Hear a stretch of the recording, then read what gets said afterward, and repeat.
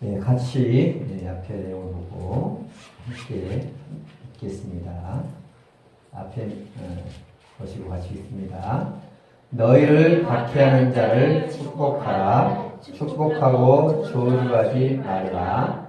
즐거워하는 자들과 함께 즐거워하고 오는 자들과 함께 울라. 서로 마음을 같이하며 높은 데 마음을 두지 말고 도리어 낮은 데 처하며 스스로 지혜 있는 체하지 말라. 아무에게도 악을 악으로 갚지 말고 모든 사람 앞에서 선한 일을 도모하라. 아멘. 할렐루야. 네, 감사합니다. 사랑합니다. 축복합니다. 아멘. 네. 하나님께서 여러분을 사랑하시고 또 여러분을 축복하실 줄 믿습니다. 좀 오래된 영화인데 드라마인데 어른들은 기억하는데 우리 요즘 청소년까지도 기억을 못할 것 같아요. 다모라는 그 드라마에 명대사가 하나 있는데 이런 대사입니다. 아프냐? 나도 아프다. 태호 알아요? 응? 응? 짤로 유명해가지고 들어본 것 같아요. 내용이 뭐냐면 자기가 사랑하는 여인이 칼에 맞아서 부상을 당했을 때 남자가 고백하는 말입니다. 사랑하면 상대방의 마음이 아플 때 나도 아프고 상대방이 기쁠 때 나도 기쁜 것이 진짜 사랑이죠. 자식이 아픈데 부모의 마음이 편할 수가 없고 부모가 편찮으신데 자식이 편할 수는 없는 거죠. 너의 기쁨이 나의 기쁨이야. 그래야만 진정한 가족이고 사랑입니다. 사람에게 가장 중요한 것이 있다면 그것은 감정인 것 같아요.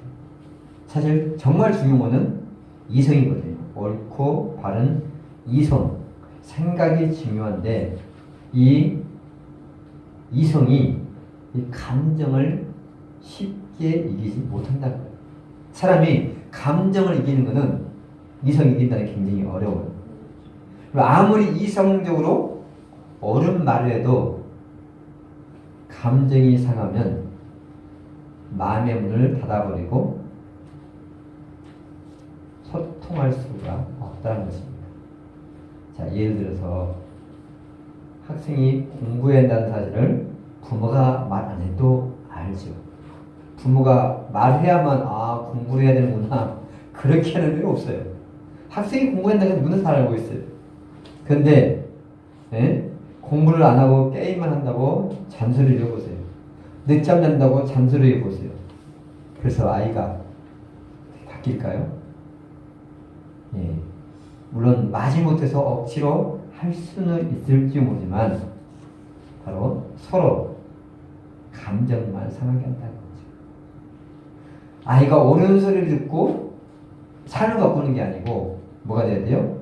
서로의 마음이 통해야만 부모의 마음이 전달돼야만 부모가 나를 사랑하기 때문에 이렇게 말하구나. 감정이 소통이 돼야 변화를 일으킬 수 있다는 거죠. 그 우리는 서로 먼저 상대방의 감정, 마음을 읽어주고 만져주는 것이 그것이 제일 중요합니다. 그는 목회는 마찬가지입니다. 옳은 말이 중요한 게 아니고 말씀이 이렇다 저렇다 중요한 게 아니고 상대방이 마음이 상했을 때는 마음을 만져줘야 되는데 근데 그것도 그냥 되는 게 아니더라고요.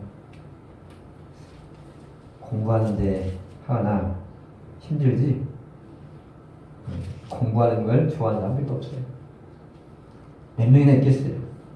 그런데 그는 자신의 미래를 위해서 힘들지만 인내하고 그것도 훈련하는 거예요. 이 먼저 부모가 됩니까? 야, 공부하는 참 힘들지. 먼저 마음을 만져주고 그 다음에 옳은 말 해야 되는데 그냥 힘든 그 마음은 만져주지 않고 야 이렇게 해야 되는 거야 하면은 그거는 절대 마음속에 들려지지 않는다는 거죠. 그럼 늘 부모님에게 잔소리만 듣고 자랐던 어른이 자랐던 사람이 어른이 된다고 갑자기 아이의 감정을 만져줄 수가 없어요. 부모님께 늘 잔소리를 듣고 자라온 사람은 나도 모르게 어른이 되면 부모가 되면 뭐가 나가요? 잔소리가 나가게 돼 있어요. 왜? 배운 게 그거니까 어떻게 하겠어요? 특히 우리나라는 유교문화국에 살았잖아요. 유교문화국에 살다 보니까 부모들이 어때요? 부모들이 아이들의 칭찬에 굉장히 인색해요. 칭찬에 인색하고 잘못한 것에 대해서는 꾸지람이 확실하죠. 밥 먹을 때는 어떻게 해요? 예를 들어서 우리 양집사님 국그릇에 파리가 빠졌어. 예를 들어서 가은이가 아빠 얘기를 하는데 야 밥 먹을 때는 조용히 해. 밥 먹을 때는 얘기는 거기 따라놔. 해가지고 딱 나중에 먹고 식사 끝나고 한 다음에 너 아까 밥 먹을 때 무슨 얘기하려고 그러니? 밥그릇에 파리 빠졌다고 얘기하려고 했어. 그냥 똑같은 거란 말이야. 우리는 잔소리는 늘 배웠던 것은 어떻게 하는데 칭찬에는 우리가 들어본 적이 없기 때문에 굉장히 인색해요. 여러분 칭찬 듣고 자라온 사람이 얼마 있어요? 여러분 혹시 어르신 중에서 어릴 때 부모에게 칭찬을 많이 받고 자라온 사람 있나요? 우리 근데 태우는 것도 이러면 안 돼. 왜? 태우셔야 되는 거거든. 왜냐 부모들이 워낙 그 어른들한테 잔소리를 많이 듣고 자라다 보니까 그게 자동적으로 배겨 있어. 그러니까 아무리 칭찬하더라도 내가 훈련되지 않으면 칭찬과 격려가 잘 안 나온단 말이야. 그래서 칭찬과 격려도요 훈련돼요. 훈련.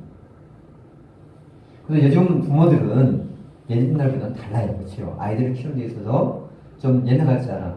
옛날에는 뭡니까? 자식 자랑, 아내 자랑, 팔불치르라고 해서 칭찬하는 것을 굉장히 인색했단 말이에요. 하면 안 되는 걸로 그렇게 유교문화를 배웠어. 그러니까 칭찬을 제대로 안 했죠. 그럼 저도 참 집사람 하고가 굉장히 늘 일 다니고 그러니까 분주해. 분주하다 보니까 종종 열이 손을 대기도 하고 또 다치기도 해요. 그러면 어떻게 해야 돼요? 남편으로서 손을 베었어 다쳤으면 어떻게 해야 돼?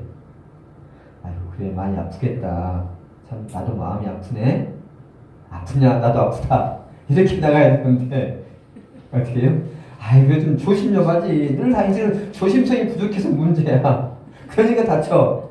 딱 나간단 말이에요. 그럼 어때요? 누가 그 순간 잔소리 듣고 싶겠어요? 모르는 건 아니잖아요. 그렇죠? 위로를 받고 싶은데 나도 모르게 잔소리를 한단 말이에요. 당연히 그러면 기분이 상할 수밖에 없죠. 참 알면서도 상대방의 감정을 만든다는 것이 쉬운 일이 아니라는 얘기예요. 왜? 그게 훈련되지 않아서. 그럼 어떻게 하면 상대방의 마음을 열 수 있을까요? 자, 오늘 본문의 내용은 바울이 그리스도인들에게 세상에서 교회에서 어떻게 생활해야 되는지를 말씀해주는 지침서예요. 자, 바울은 우리에게, 예수 믿는 우리에게 먼저 이렇게 말합니다. 우리는 어떻게 살아야 되냐? 악인이라도 저주하지 말고 축복하고 있다. 14절 말씀 다시 한번 같이 봅니다. 너희를 박해하는 자를 축복하라. 축복하고 저주하지 말라. 아멘. 박해라는 단어는 핍박이거든요. 자, 박해는 두 가지로 나눌 수 있어요. 즉, 비난과 말로서 비난하는 것과 신체적으로 폭력을 가하는 것이 그게 박해죠. 여러분, 코로나 상황에서 제일 많이 비난을 받는 것이 교회예요. 그게 사실이죠. 마치 교회가 코로나의 원상지인 것처럼 세상은 떠들어. 사실은 교회에서 코로나 나온 사람 별로 없어요. 마치 무슨 교회가 코로나의 원상지처럼 저렇게 매스컴을 떠들어요. 왜 그럴까요? 그게 교회를 핍박하기 위한 고도의 정치적인 전략이라는 거예요. 그럼 사람을 바보로 만드는 건 참 쉬워요. 윤대현이 바보 만드는 건 참 쉬워요. 어떻게 하면 돼요? 몇 명이 바보로 하면 바보 되는 거죠. 쟤 머리가 좀 멍청해. 응? 멍청해가지고 월별 판단을 못해. 몇 명만 걸어보세요. 그러면 모든 사람이 선입견을 쟤는 바보다. 딱 그러잖아요. 이 바보 만드는 건 참 쉬워요. 지금 그렇다는 거예요. 이 정부가 출범하면서 여러분 비밀을 추진한 게 뭐냐? 교회를 선보겠다는 거예요. 이 정부가 출범하면서 그 안에서 일어난 게 교회를 선보겠다는 게 그들의 전략이에요. 좀 좌파정부다 보니까. 그러니까 어떻게 합니까? 언론을 이용해서 교회를 비난하게 만들고 일반 사람들에게는 마치 그것이 사실처럼 받아들이는 게 아니에요. 모든 사람들은 언론에서 막 그러니까 어떻게 합니까? 교회가 가면 코로나 걸리고 심지어는 직장에서 어떻게 합니까? 교회를 못 가게끔 할 정도로. 교회에서 코로나 걸린 게 아니고 코로나 걸려서 교회 온 거잖아요. 물론 그렇다고 해서 교회가 다 잘했던 건 아니에요. 우리가 같이 이런 상황에서 식사를 하고 그런 것도 잘못된 부분도 전혀 없다는 건 아니지만 마치 모든 교회가 이렇게 문제가 있는 것처럼 그렇게 한다는 거죠. 자, 지금도 이제 11월 1일부터 코로나를 좀 이제 완전히 풀거든요. 위드 코로나 가지고 코로나 함께. 근데 교회는 전체 출석이 아니라 50%만 출석하라. 50%만 입장할 수 있게끔 아직도 보면. 다른 데는 다 가는데 교회만 가면. 단 그나마 또 완화된 게 백신 맞은 사람은 괜찮대요. 사실 근데 상관없어. 어차피. 예. 이 백신 안 맞은 사람이 딱 2명이 앉아있는 거예요. 갑자기 우리 연석근 선생님 백신 맞았어요? 예? 백신 맞았어? 예. 응, 다 맞았잖아요. 우리 김순애 집사님하고 우리 하은이만 맞았지 다 맞았어.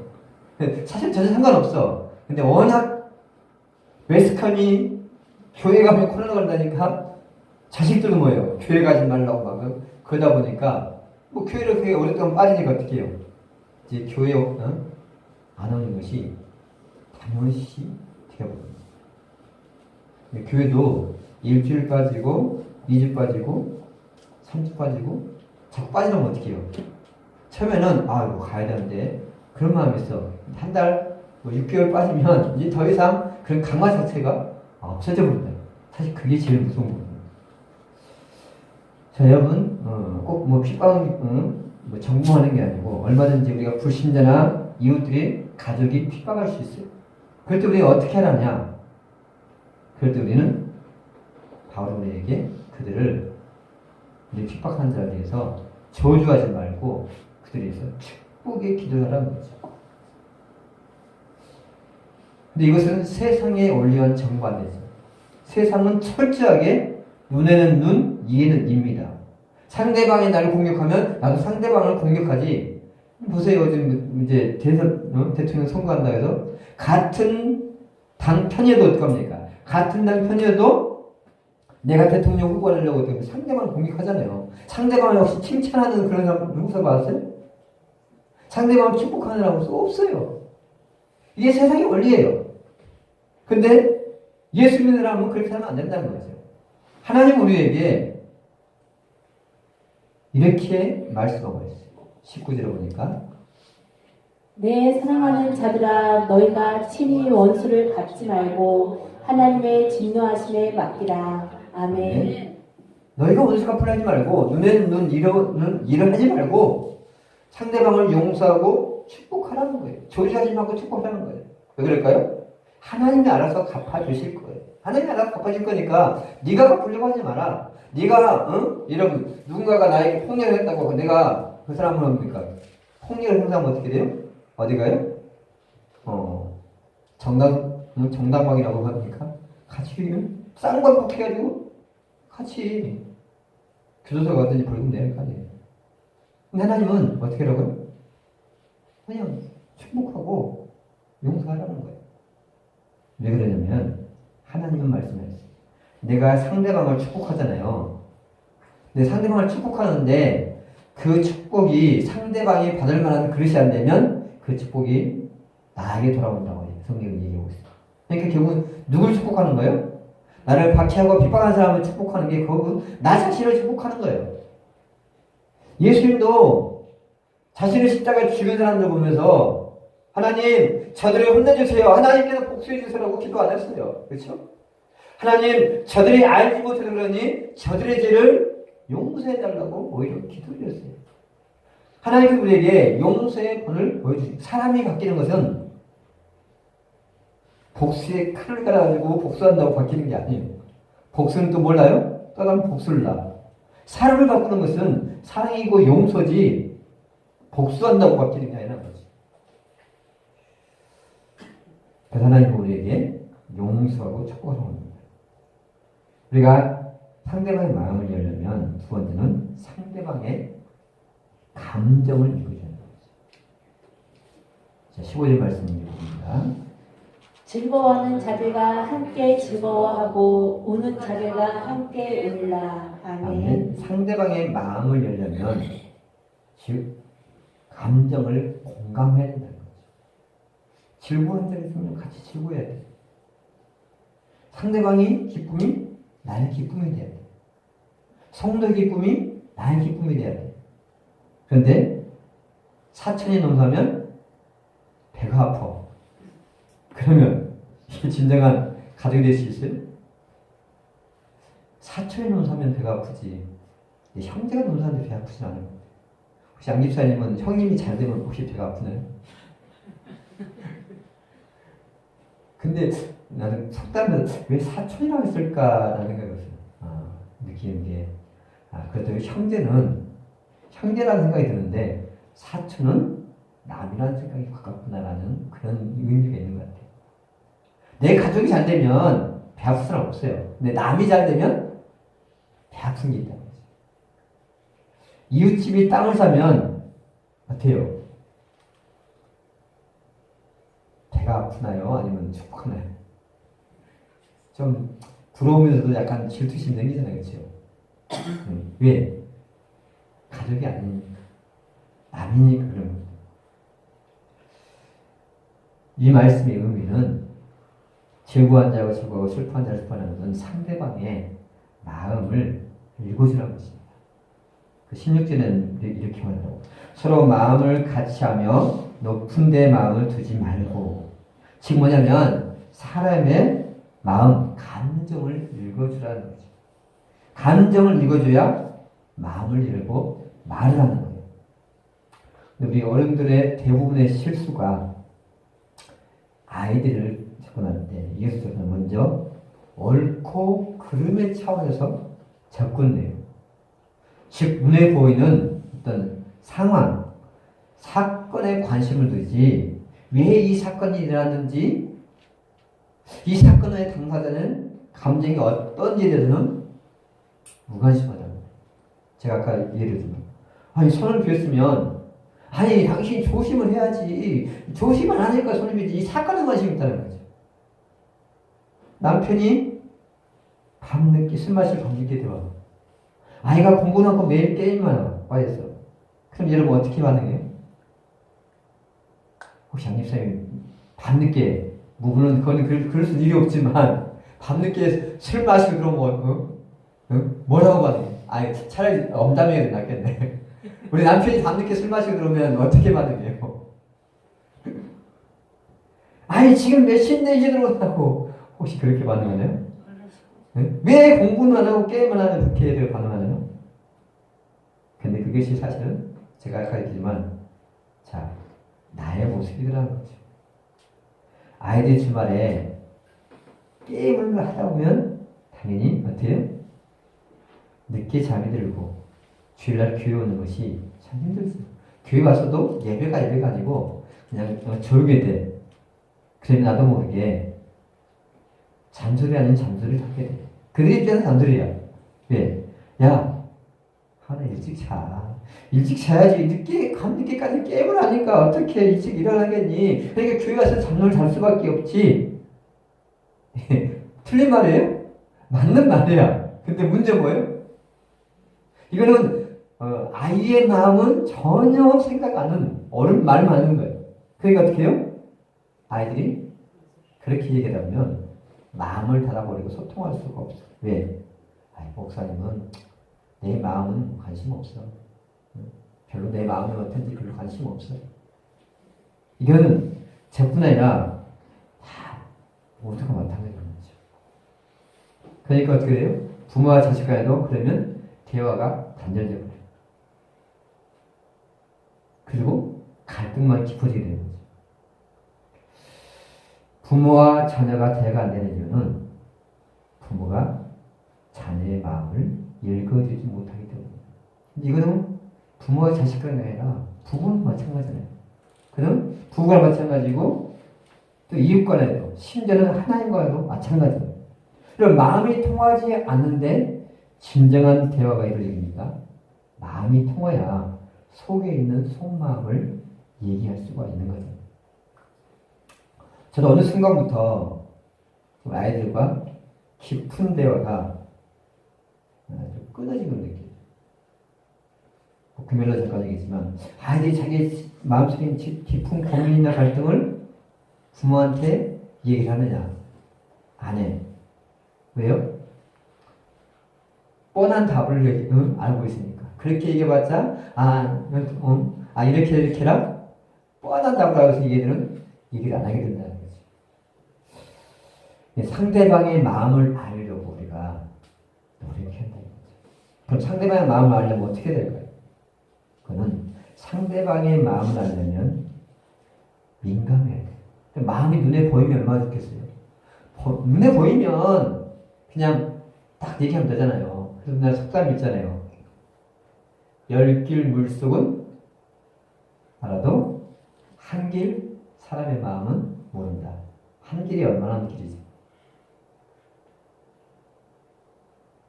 열길 물속은 알아도 한 길 사람의 마음은 모른다는데 이 한 길은 대체 길이가 얼마인 거예요?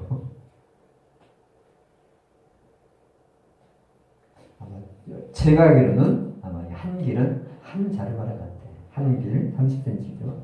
네, 아마 그걸 말하는 거예요. 사람의 마음을 우리가 가슴으로 표현하니까 이 마음이 눈에 보이면 읽어줄 텐데 눈에 안 보이니까 그게 문제라는 얘기죠. 그렇죠? 그럼 어떻게 해야 돼요? 눈에 보이지 않은 상대방의 말과 행동을 주의 깊게 관찰해야 마음을 볼 수 있다는 거죠. 왜 쟤는 저런 말을 할까? 왜 저런 행동을 하는 걸까? 주의 깊게 관찰하면 말과 행동을 통해서 그 사람의 마음이 보여진다는 거죠. 제가 요즘 자주 보는 게 오은영 박사가 하는 건데 육아 전문가의 오은영 일명 육아 대통령이라고 해요. 그 사람은 딱 보면은 아이가 행동하는 것을 자세히 봐. 보면서 얘가 왜 저렇게 행동하는지를 마음을 아는 거죠. 그러니까 아이가 이분 나이 굉장히 많아요. 그런데도 애들하고 소통하는데 전혀 지장이 없어. 세대 차이가 없어. 왜? 마음을 읽어주니까. 모든 사람이 행복하게 사는 비결은 올바르게 생각하고 올바르게 행동하면 돼. 근데 사람에게는 내가 이게 옳다라고 생각하지만 모든 것이 옳은 대로 행동하면 나오는 건 아니에요. 왜 그럴까요? 그 사람의 중간에 뭐가 있어요? 감정이라는 게 있기 때문에 감정이라는 게. 그럼 이성이라는 게 우리 생각이 감정을 지배하고 또 생각한 대로 행동이 되면 모두 행복한 세상이 돼요. 근데 인간이 죄를 타락을 했어. 타락한 다음에 생겨난 게 뭐냐면 부정적인 감정이 있어요. 잘못된 감정이 생긴단 말이에요. 자, 올바른 이성적인 판단을 통해서 살아야 되는데 사람이 잘못된 감정을 따라 행동하니까 인간이 불행해진다는 거죠. 즉 잘못된 감정이 뭐냐면 육체의 쾌락을 따라 살아간다는 거죠. 자, 예를 들어보세요. 우리가 예수 믿으면서 우리는 어떻게 배웁니까? 예수 믿으면서 우리는 성경 읽고 기도하고 예배하면서 살아야 됩니다. 그렇게 우리 배우잖아요, 그렇죠? 이렇게 하면 알아. 근데 우리가 실제는 어떻게 살아요? 성경 읽고 기도하고 예배하고 그렇게 살아가나요? 안 되잖아요. 왜? 그보다는 내 감정, 오늘 어떻게 하면 내가 좀 즐겁게 생활해볼까? 그것에 관심이 있잖아요. 우리 주일학교 아이들에게 일주일에 하루에 단 10분 정도 되는 암송하는 게 그렇게 어려워. 근데 TV 보고 게임하는데 그렇게 어려운 사람이 있어요? 없어. 또 우리 어른들한테 들어봅니까? 제가 우리 한번 책임질 합시다. 말씀 읽는 합시다. 한 10분이면 해. 그런데 우리가 핸드폰 보고 TV 보고 친구들 얘기하는 거는 하는데 이건 어려워. 왜 그럴까요? 이성이 아닌 감정이 지배하니까. 감정은 뭡니까? 감정이 감정이 추구하니까 그것에 이기지 못하니까 그런 문제가 생긴 거죠. 그럼 감정 자체가 나쁜 건 아니에요. 문제는 뭡니까? 잘못된 감정을 따라 사람이 살아가니까 문제인 거죠. 그럼 홧김에 부셔, 홧김에 이혼해. 사람이 그러니까 화날 때는 뭐가 없어져요? 이성이 사라져. 술 취하면 뭐가 사라져요? 이성이 사라지니까 그냥 길거리에 대놓고 오줌 싸잖아요. 그렇죠? 차에 올라가지고 어떻게 합니까? 어떤 술 취한 여자가 뭡니까? 남의 차 올라가지고 떠들고 이게 뭡니까? 이성이 작동 안 하는 거야. 감정이 작동하니까 이러는 거야. 그러니까 우리는 이성이 감정을 다스리면 행동이 얼마나 행동이 나와. 근데 감정 따라 살아가면 어떤 감정? 잘못된 감정 따라 살아가면 반드시 인생이 불행하게 되고 후회하게 된다는 거죠. 근데 인간이 타락하면서 어떤 감정? 잘못된 감정. 먹고 마시고 즐기는 것에 내 감정이 빠지게 돼 있어요.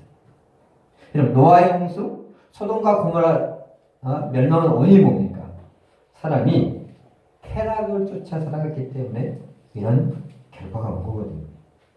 그래서 성경에 보니까 성령의 마지막 열매가 절제예요, 절제. 뭘 절제라는 걸까요? 감정을 잘 살리는 거지, 감정. 감정을 잘 절제하는 거예요. 자, 우리가 또 상대방의 마음을 알면 어떻게 해야 돼요? 첫 번째는 민감해야 돼. 주의 깊게 봐야 된다는 거예요.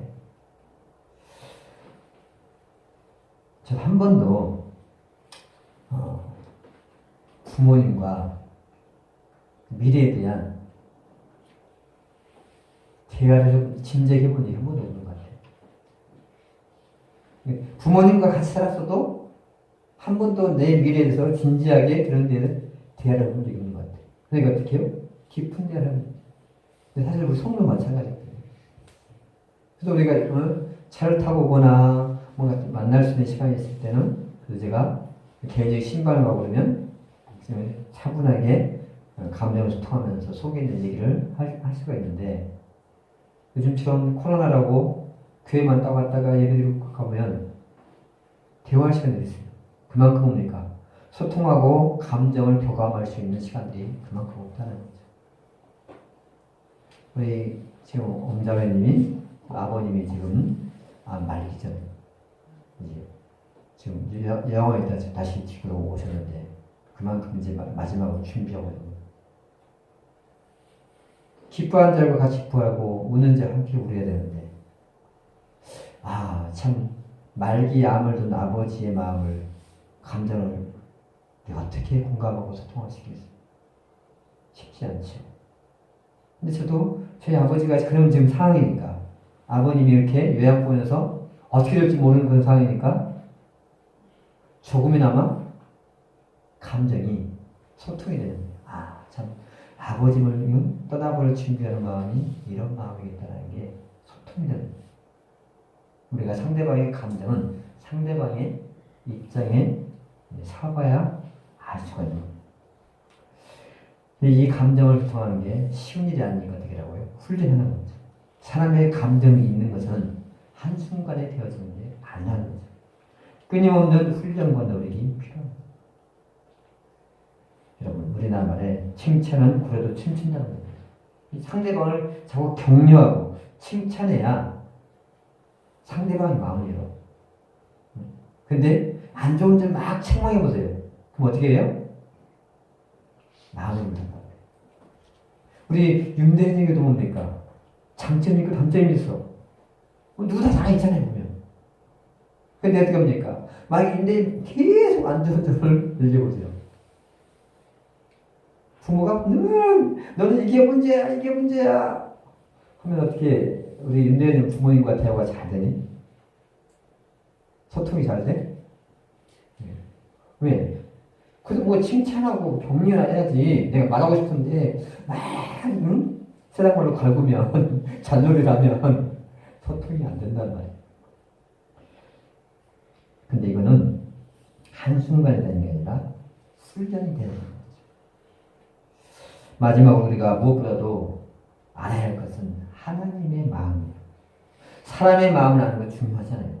왜? 사람과 교통하기 위해서, 소통하기 위해서, 화목하기 위해서는 사람의 마음을 아는 게 굉장히 중요해요. 근데 그것도 중요한 게 있다면 우리가 하나님의 마음을 알아요. 하나님의 마음을 알아야 우리가 하나님과 소통할 수가 있으니까.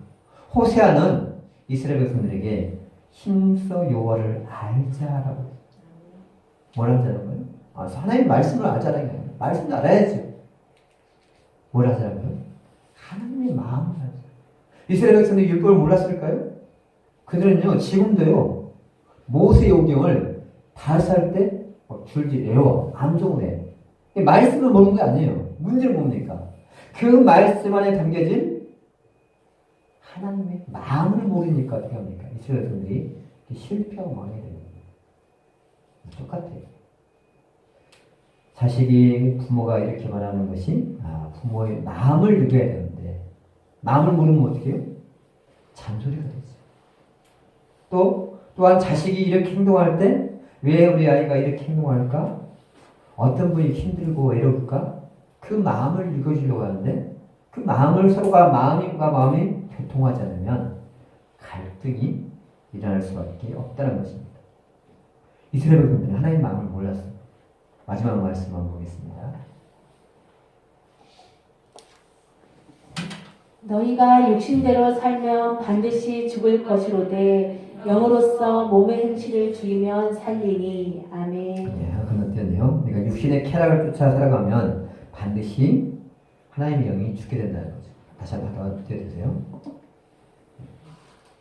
예루살렘아 예루살렘아 선지자들을 죽이고 내게 파송된 자들을 돌로 치는 자여 앙탈이 그 새끼를 날개 아래 모음같이 내가 내 자녀를 모으려 한 일이 몇 번이더냐. 그러나 너희가 원하지 아니하였도다. 아멘. 하나님은 그렇게도 이스라엘과 소통하려고 선지자를 보냈어요. 근데 그게 어떻게 합니까? 하나님께서는 선지자를 통해서 하나님의 마음이 이렇단다, 하나님의 마음이 이렇단다 수없이 말했는데 그는 그 보낸 선지자를 돌로 쳐 죽이고 심지어는 예수님까지 십자가에 바로 죽였다는 거예요. 왜? 하나님의 마음을 모르니까. 나를 향하신 하나님의 마음을 모르니까. 한 번이라도 생각해보세요. 자기 아들을 십자가에 죽일 때 하나님의 마음은 뭘까? 우리 그냥 이런 데가 알고 있잖아요. 예수님이 하나님께서 자기 아들 예수님 십자가 피를 죽게 하셔서 그 예수님 믿으면 구원받는데 이건 지식이거든요. 근데 우리가 그 하나님의 마음을 알려고 그때 하나님의 마음은 어땠을까? 그걸 알려고 해야지 마음이 읽어지는데 그냥 지식만 듣다 보면 감정이 소통이 안 된다. 여러분, 나는 성경을 읽으면서 예배를 하면서 드리면서 하나님의 마음을 알려고 얼마나 했습니다. 제가 늘 써놨잖아요. 하나님 제일 기뻐하는 게 예배다. 내가 이 시간 주님 앞에 나와 예배할 때 하나님 얼마나 마음이 기쁘겠어요. 오늘 또 마치 이거 똑같은 거예요. 자식이 부모의 집에 오는 거 똑같거든요. 자식이 부모님의 집에 가는데 싫어하는 부모 있겠어요? 왜 이렇게 자주 오냐? 자주 오지 마! 하는 그 부모 있어요? 말은 그러더라도 부모는 자주 자기 자녀가 오는 것을 기뻐하십니다. 여기 장동리에 그런 분이 있다죠.